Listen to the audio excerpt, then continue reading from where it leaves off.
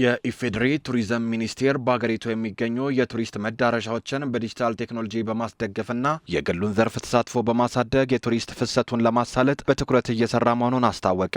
የቱሪዝም ሚኒስትር ዴኤታ ስለሺ ገርማ ከኤንቢሲ አጀንዳ ፕሮግራም ጋር በነበራቸው ቆይታ እንደገለጹት የቱሪዝም ሴክተሩ በአሁኑ ወቅት ሰፊ ትኩረት ሰጥቶት እየተመራ ይገኛል። ዘርፉን በበጀት በማዋቀር ጠንካራ ለማድረግ ራሱን የቻለ ሚኒስቴር መስሪያ ቤት እንዲቋቋም መደረጉን አስታውሰው መንግስት ለሴክተሩ ልዩ ትኩረት እንደሰጠው ገልጸዋል።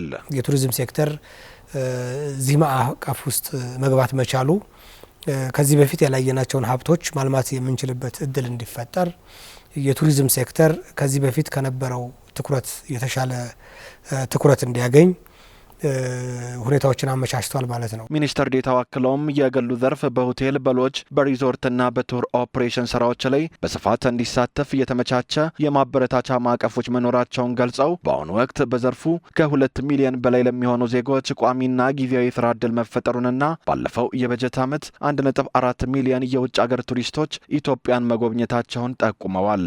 በአሁኑ ሰዓት የቱሪዝም ሴክተር በሀገራችን ውስጥ ከ2 ሚሊዮን በላይ ለሚሆኑ ዜጎች ቋሚና ጊዜያዊ የስራ ዕድል ፈጥሮ ይገኛል።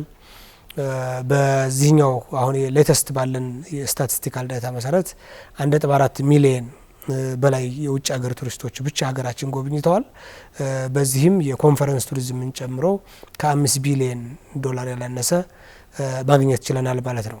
በዚህ ምክንያት የምናገኘውን የአገልግሎት የውጭ ንግድ 30% ያላነሰ የቱሪዝም ሴክተር መሸፈን ችሏል። ቱሪዝም ከኢኮኖሚ ጠቀሜታው ባሻገር የሀገርን ገጽታ በመገንባት ረገድ ከፍተኛ የዲፕሎማሲ አቅም እንዳለው ያብራሩት ሚኒስትር ዴኤታው እያንዳንዱ ዜጋና የሚዲያ ተቋማት የሀገርን መልካም ገጽታ በማስተዋወቅ ረገድ የበኩላቸውን ድርሻ ሊወጡ እንደሚገባ አሳስበዋል። ሚኒስቴር መስሪያ ቤቱ በዚህ በጀት ዓመት ሊለሙ የሚችሉ 812 የቱሪስት መዳረሻዎችን መለየቱን ገልጸዋል። የቱሪዝም ሴክተር አንድ የመንግስት ተቋም ወይም የተወሰኑ ሴክተሩ ላይ ቢዝነስ ያላቸው ሰዎች ብቻ አገር ውስጥ ዓለም ላይ አስተዋውቀው አንድ ሚዲያ አስተዋውቀው የሚጨርሰው አይደለም።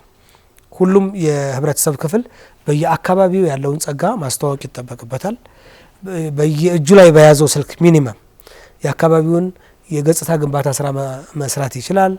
የቱሪዝም ሴክተርን ጥቅሙን ተረድቶ ሁሉም በአቅሙ ኢንቨስት ማድረግ ይኖርበታል። እንደ ሚኒስቴር መስሪያ ቤት እንኳን በዚህ በጀት ዓመት ከለየናቸው መልማት የሚችሉ የቱሪዝም መዳረሻዎች ወደ 812 ደርሰዋል። የቱሪዝም ሴክተሩን ይበልጥ ውጤታማ ለማድረግ በዲጂታል ኢትዮጵያ 2030 ስትራቴጂ ማዕቀፍ ውስጥ የቴክኖሎጂ አጠቃቀምን ማሳደግ ላይ በትኩረት እየተሰራ መሆኑን ሚኒስትር ዴኤታው ገልጸው ከሌሎች ተጠሪ ተቋማት ጋር በመተባበር መተግበሪያዎችንና የተለያዩ ፕላትፎርሞችን በማልማት የቱሪስት ፍሰቱን ለማሳለጥ በትኩረት እየተሰራ ይገኛልም ብለዋል።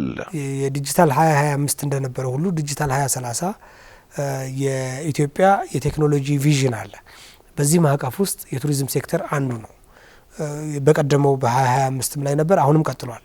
በዚህ ምክንያት ከአርቲፊሻል ኢንተለጀንስ ከኢንሳ እና ከሚመለከታቸው የፕራይቬት ሴክተር የቴክኖሎጂ ኩባንያዎች ጋር በመቀናጀት ጠንካራ የቨርቹዋል ሪያሊቲ ቱር፣ አስፈላጊ የሆኑ የድረገጽና የሶፍትዌር ዴቨሎፕመንት፣ ሌሎች አማራጭ የዲጂታል ቴክኖሎጂዎችን የመጠቀም ባህላችን አድጓል።